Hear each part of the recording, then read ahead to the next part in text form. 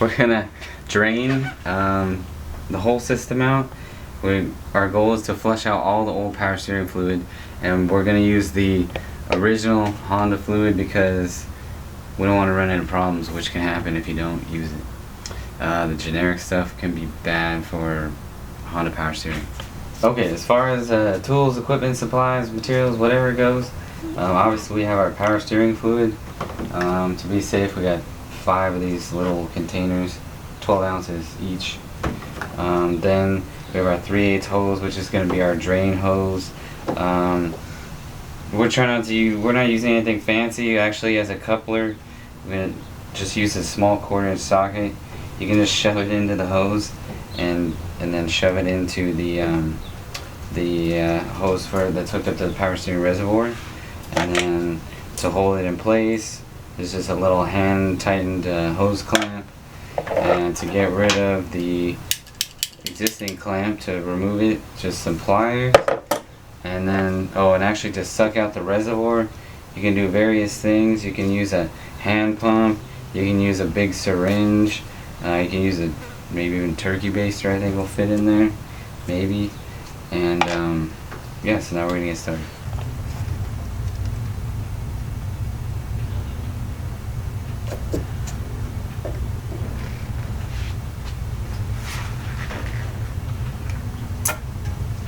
It looks pretty good.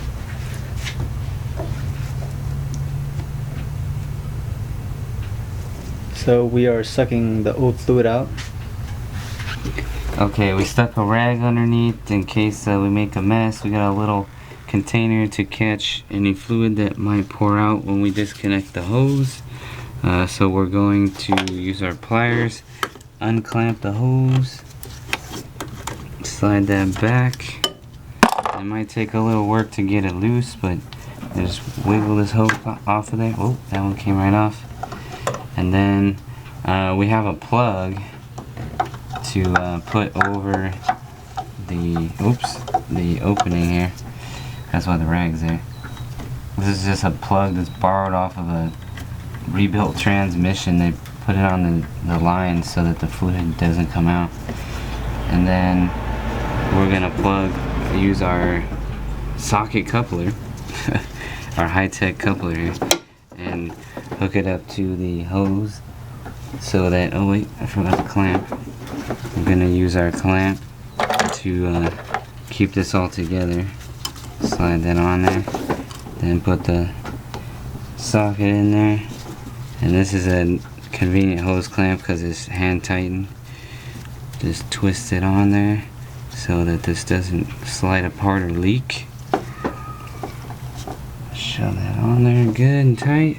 Alright, so we're just running our drain hose, our 3/8 inch drain hose, into an oil pan here.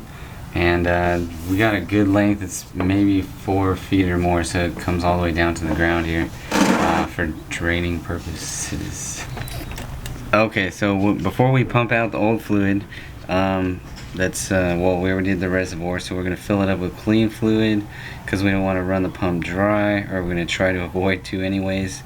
These bottles have a foil seal on the top, so you want to be ready to dump them in as it's running, so make sure you pull off the seals or break the seals on all the bottles. Alright, so what we're doing is one guy's going to be filling the reservoir to keep fluid in the system.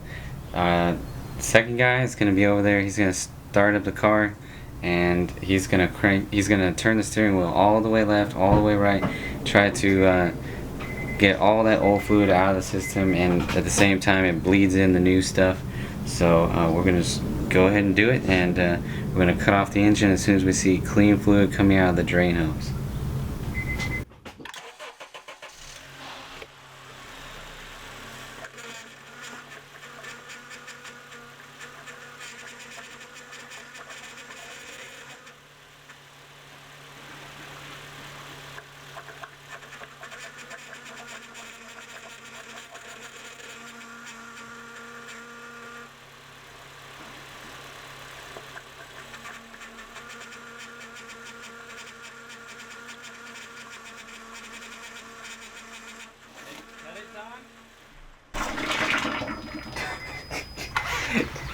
Dude, this stuff is like hella foamy. I think it pumped out fast like I thought it would. As you can see, we got a little air in the system, so the fluid started foaming up pretty bad. So then we cut the engine, and we still got more fluid left, so we're gonna hook the hose back to the original hose back to the reservoir, fill it up, bleed out the system. We should be good. Okay, now we're just gonna put everything back. Just gonna take out my drain hose here.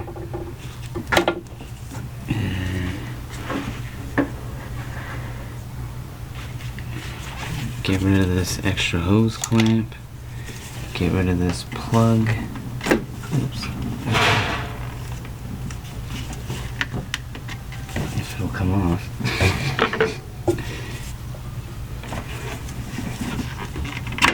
There we go. Plug it back in. Put the clamp back on.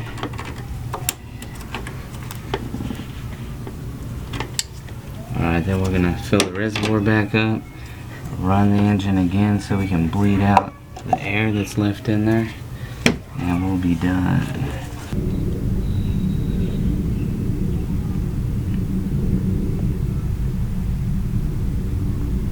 Just fill it to the max for now, and we'll see what happens. Alright, so right now we got it filled to the max, but once we run it, it's probably gonna suck a bunch of that fluid in. We're gonna have to add some more.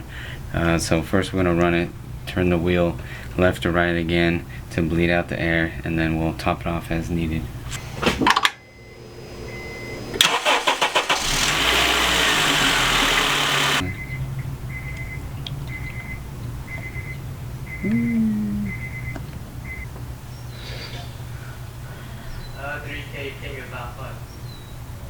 I'm going too high.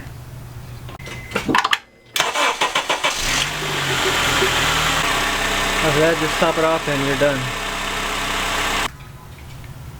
It's cheaper to buy by the quart. There you go.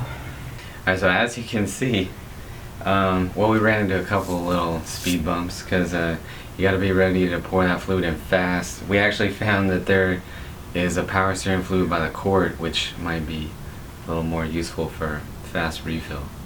But yeah, you know, if it runs dry, just cut the engine, fill it up.